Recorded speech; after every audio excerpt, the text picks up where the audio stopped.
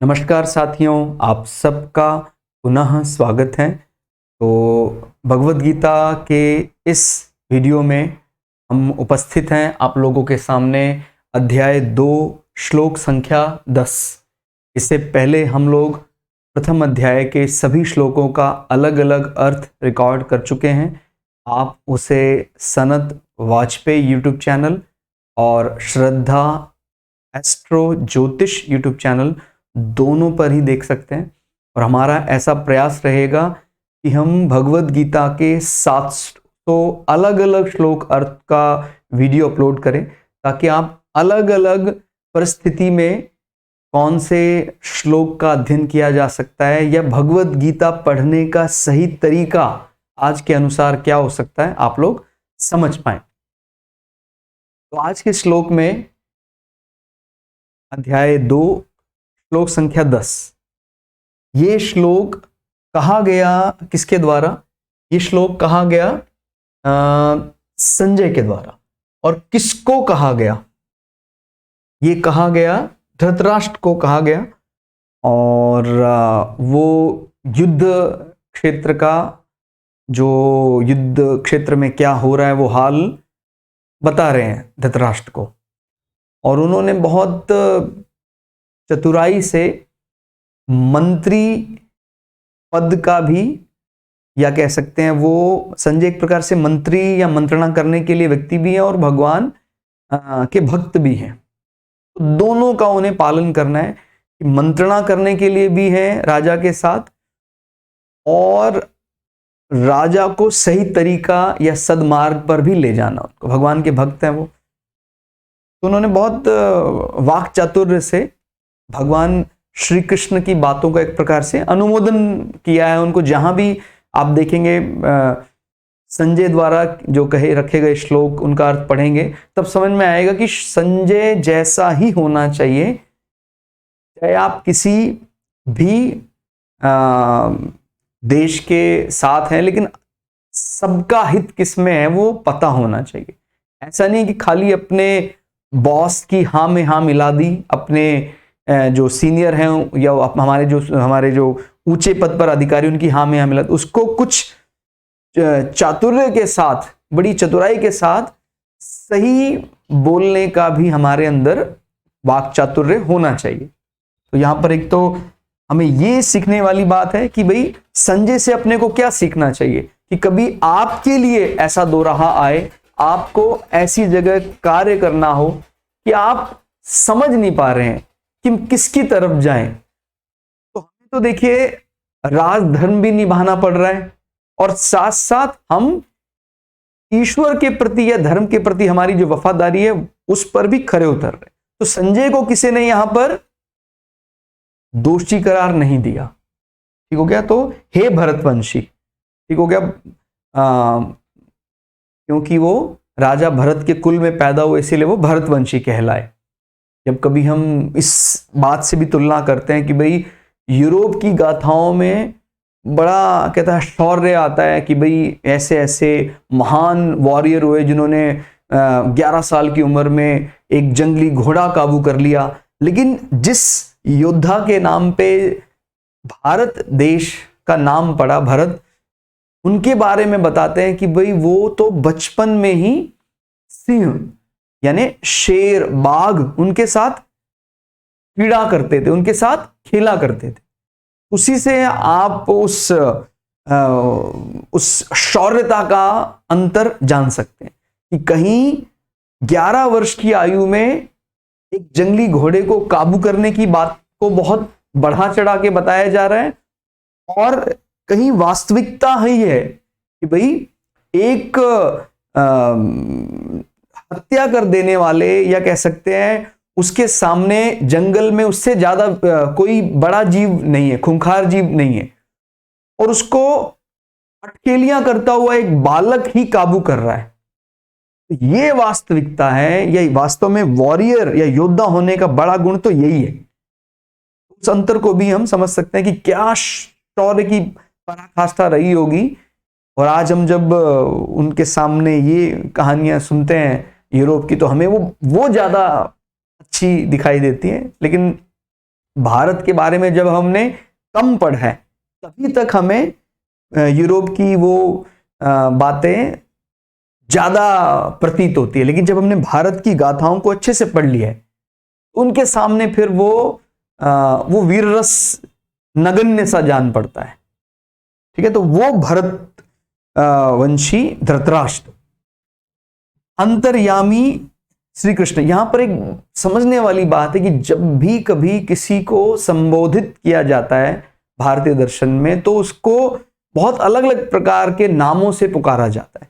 सीधा नाम ना लेकर उसको कई, तो जिस परिस्थिति में कोई बात रखी जाती है तो वो शब्दों का इस प्रकार से चयन किया जाता है कि वो प्रसन्न हो जाए उस परिस्थिति अनुसार।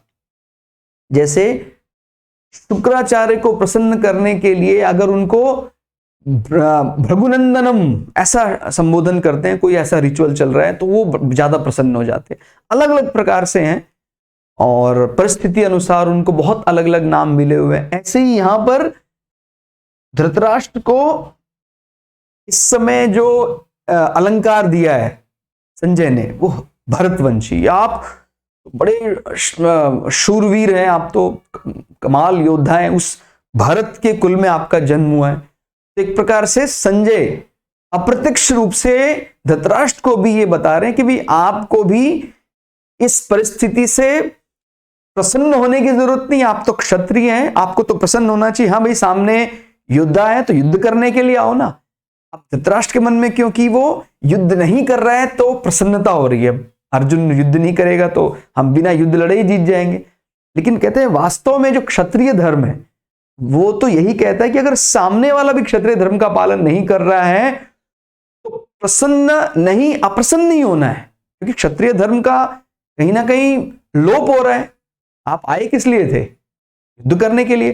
अब वो युद्ध नहीं कर रहा है तो मन में धृतराष्ट्र के कहीं ना कहीं एक प्रसन्नता सी उमड़ रही है। तो उनको ये याद दिलाया जा रहा है कि आप उस भरत के कुल से हैं जो बचपन से ही सदा क्षत्रिय धर्म का पालन करते आए हैं और छोटे बालक उम्र में ही उन्हें सिंह को काबू कर लिया था। तो आप इस प्रकार छोटी कोई ऐसी बात हो जाती है तो ज्यादा प्रसन्न होने की जरूरत नहीं है, और यही सही तरीका भी है।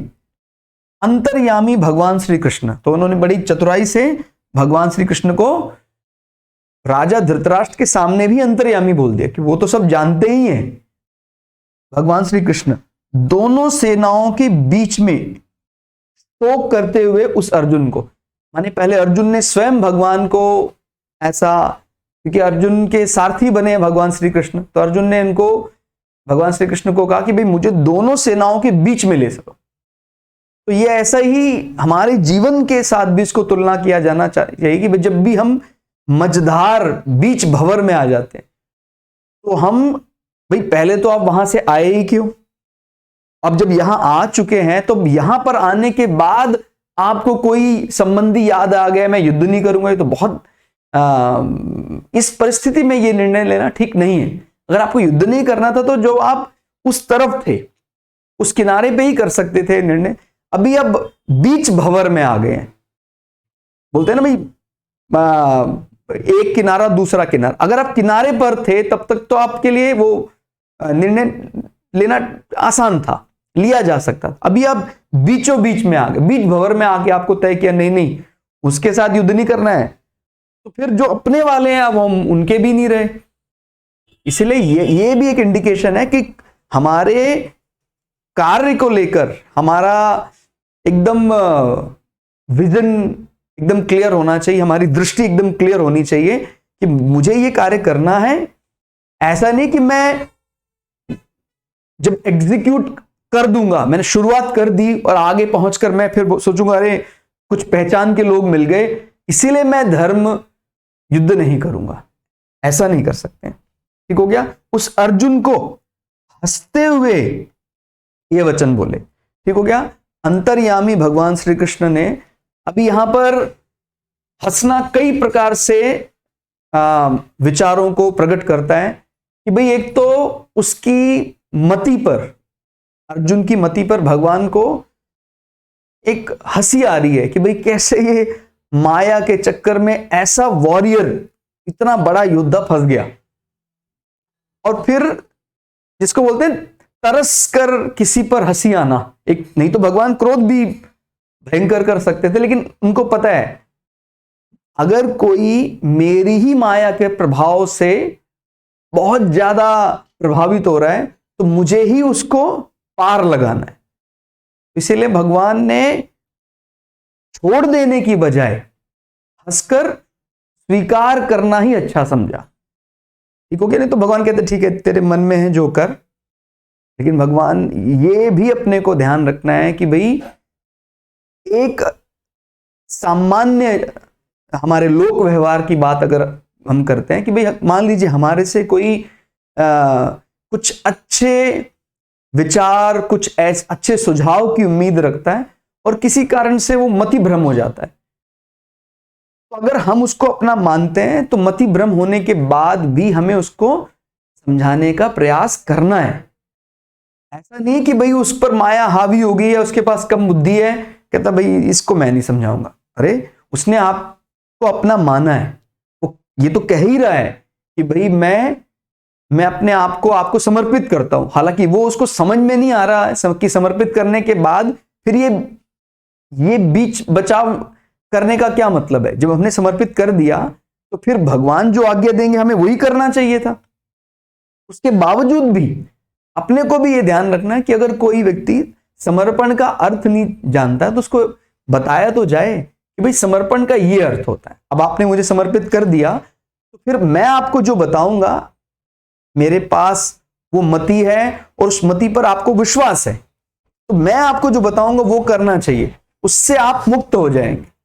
ठीक हो गया? तो अपने को यहां एक सीख मिलती है कि अगर आपको कभी ऐसा लगे कि आपके अंदर बुद्धिमत्ता का स्तर इतना है कि आप धर्म अधर्म का निर्णय ले सकते हैं, लेकिन आपके साथी को जो मानता है कि मैं आपका साथी हूं, लेकिन उस परिस्थिति में वो तय नहीं कर पा रहा है, आपने एक बार थोड़ा समझाया फिर भी वो तय नहीं कर पा रहा है, तभी भी उसको त्यागना नहीं है कि ठीक है इसके जो मन में आए वो करो। कई दफा हम ऐसा बोल देते हैं, ऐसा भगवत गीता में नहीं आ रहा है कि नहीं हंसते हुए, क्योंकि वो एक प्रकार से वो एक दया भाव भी आ रहा है कि यार कैसे माया अपना आवरण लगा देती है, मोह आवरण से उसकी जो क्षत्रिय गुण है उसको पूरी तरह ढांप लिया उस मोह के आवरण ने। तो इस श्लोक में हमें मुख्य रूप से यही सीखने को मिलता है कि भाई एक अच्छे मंत्री को किस प्रकार से अपनी बात को रखना आना चाहिए, वाक चातुर्य उसको पता होना चाहिए, और जब भी कभी हम मानते हैं कि वो हमारा मित्र है और किसी कारण से उसकी मति भ्रम हो गई हो, एक बार आपने उसको थोड़ा समझाया भी, उसने ये भी कह दिया कि मैं आप के अधीन होता हूं या मैं अपने आप को आपको समर्पित करता हूं, तो उसको समर्पण का सही अर्थ बताए बिना उसका त्याग नहीं करना चाहिए। ठीक हो गया? तो भगवान श्री कृष्ण ने उसको फिर आगे के श्लोकों में क्या समझाया ये जानने के लिए अगले श्लोकों के साथ हम पुनः उपस्थित होंगे। तब तक के लिए जय श्री भगु पराशरा, जय श्री शुक्राचार्य, नमस्कार।